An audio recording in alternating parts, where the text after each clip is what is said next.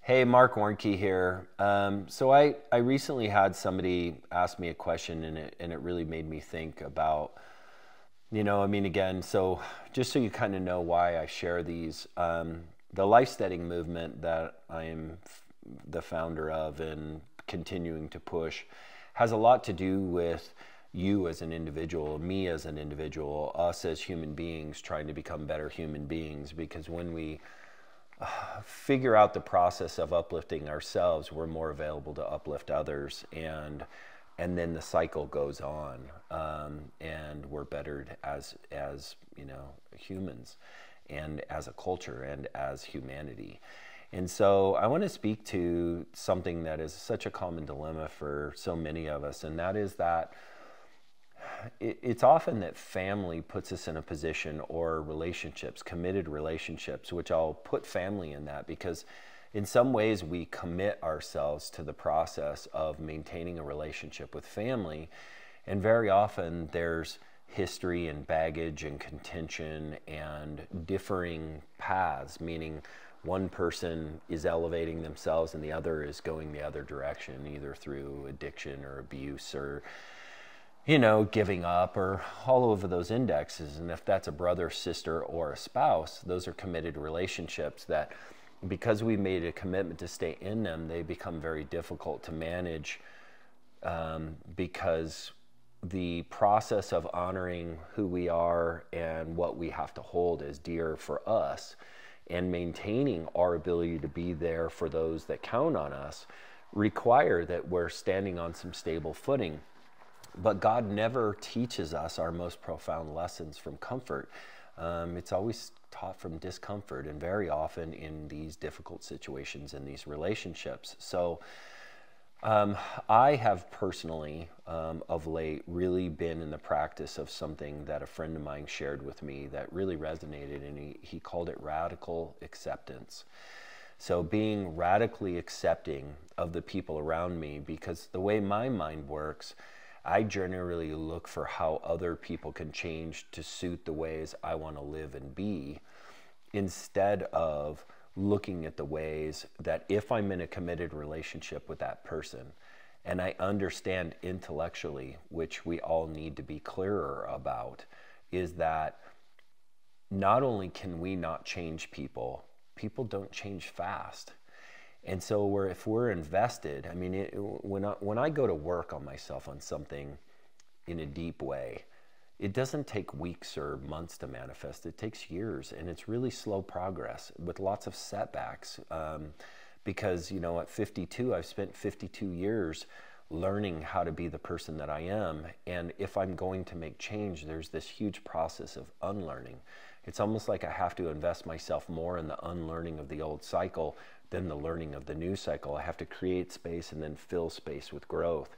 So you can't do one without the other. And so one of the things that I've really tried to do is extend grace through radical acceptance of other people around me, because unfortunately, when I invest in that, the fact that they may change, then what I do is I am clearly communicating that a part of who they are is unacceptable. Now, you're going to get no beef from me that you have the right to set boundaries about what's acceptable that comes into your world and what's not.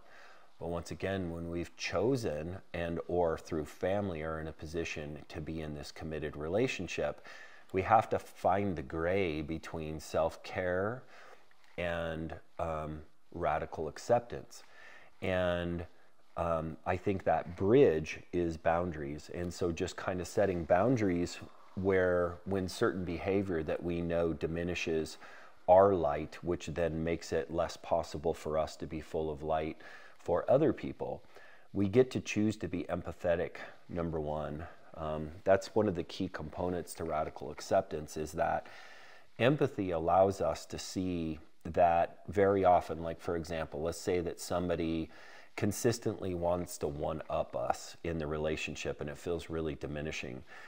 What I always remind myself of is people who think that way are often coming from a sense of not being able to integrate a feeling of well-being from within. They don't think they're worth it, so they're in the process of either convincing other people that they're worth something, or they're in the process of diminishing other people's worth so that they can feel more elevated. And it's a really basic, childlike way to build yourself up, and it's super diminishing in relationships. And if you find yourself in a relationship with people like that, that's committed, once again, in an acquaintanceship, and somebody who consistently does that, I choose to put my hand out, and if they take it and try to pull me down, then I bless them, and I go find somebody else that I can meet on a more equivalent level. But in a committed relationship, we now have to manage that aspect. And so I can be empathetic for the struggle, and probably the really human root. Most of these things that we do that are diminishing of other people often come from our histories and are lacking in some way of our past. And it's easy to be empathetic about that for people when you really look at them in a loving way and realize that they're doing their best. We can kind of find a way where we can have the empathy for that stuff. And then it's secondarily also looking for what it has to teach us. So empathy, and then the edges of their behavior, on that edge of that is like lessons for us.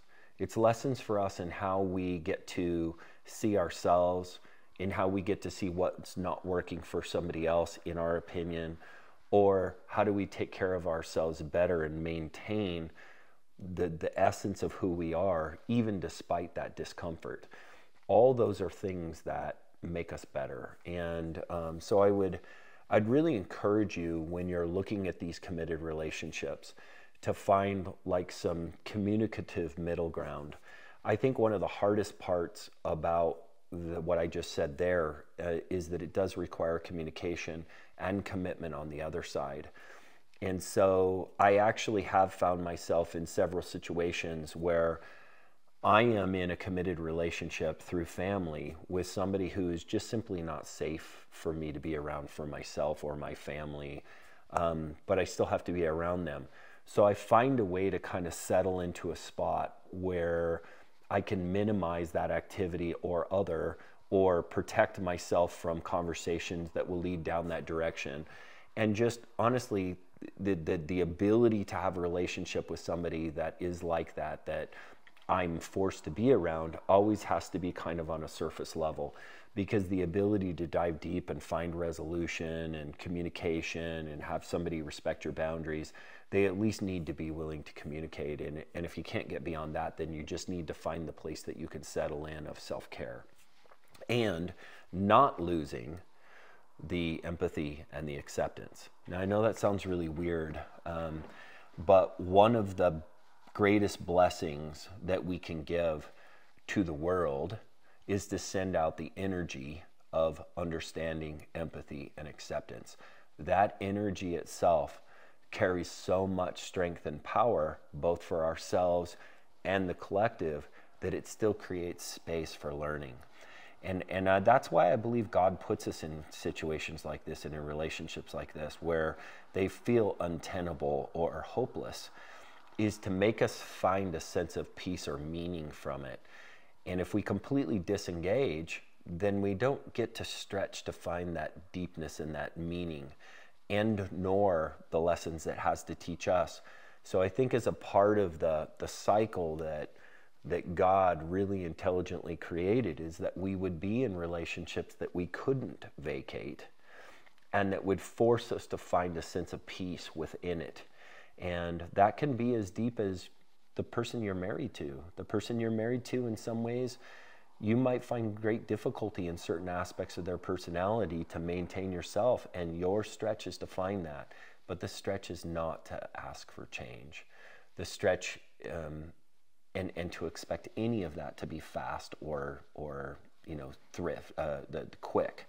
And it's more about finding that place within you that can settle in and say, I can still maintain myself in any level of relationship with another human being if I can simply channel into radical acceptance, empathy, and understanding. And through communication, there then can be a respect of boundaries where you can begin to kind of shore yourself up to be that whole and complete person you need to be while you're in the lane of relationship with that person. So I hope that thought is helpful for you. And, you know, again, I certainly don't see myself as the knower of all things. I'm this ongoing experiment just like you.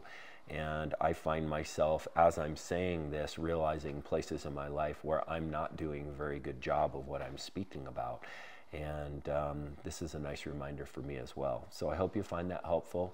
Marc Warnke, they know me as, people call me the Goat Guy, and the founder of the life-steading movement. And I suggest you look deeper into the life-steading thing because it's got some real beauty in it, in autonomy and, you know, providing for yourself, and as well uplifting yourself and community and humanity at the same time. So I hope you find that helpful. Marc Warnke signing out.